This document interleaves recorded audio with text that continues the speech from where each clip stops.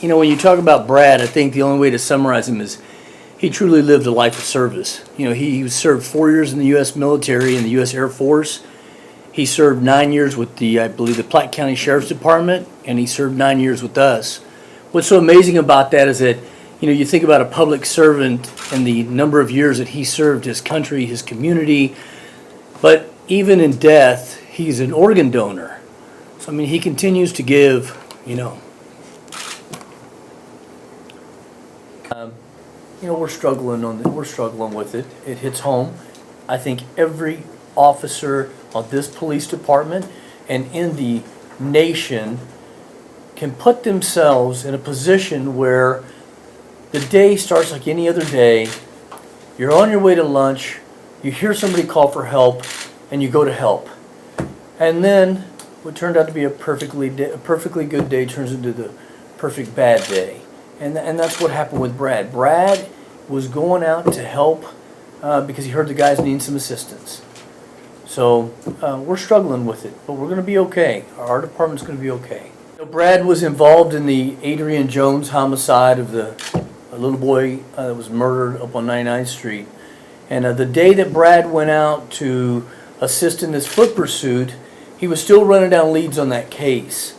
He worked relentlessly on that case. He took a personal interest in it, put in a lot of his own personal time, trying to make sure that Adrian Jones had justice. And I mean, that says a lot about Brad, his tenacity, his dedication to service. Brad was your prototypical policeman. He was the cop's cop. And, you know, we talked about Brad worked previously for Platte County. And Brad built a relationship with us over here in Kansas City while he was working in Platte County. You know, the bad guys run to Missouri, right? And so it was easy in the early 2000s to get on the Nextel phones, if you remember those back then, and you'd hit the little beep and Brad would answer on the other side and we'd say, hey, we got one coming at you. And then Brad would hit us back and say, we got one coming for you. And so we built that relationship with Brad early on, and Brad had such an interest in law enforcement and being involved in law enforcement activities that he said, you know what, instead of talking to you guys through a phone, I'm going to come over here and work with you guys. And so that's what helped Brad become a member of the Kansas City, Kansas Police Department. So. And you know, he was a good guy, a family man. He's got 2 little girls, his wife, mother. They're all hurting, and we're going to be there for them and do everything that we can. I'll miss his sarcasm.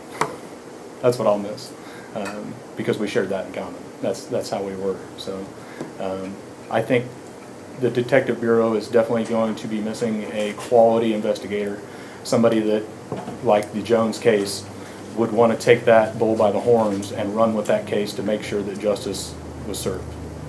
Local teams, he was an avid Royals fan. I think everybody's probably seen the Facebook pictures floating around town of him wearing a Royals hat every time he had the opportunity. And if you pay attention to social media, you'll talk about Brad's sense of humor. Brad was the quick-witted.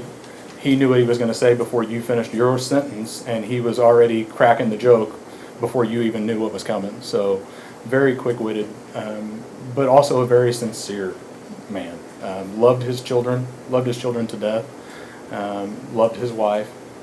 Just your all-around good guy that everybody enjoyed being around.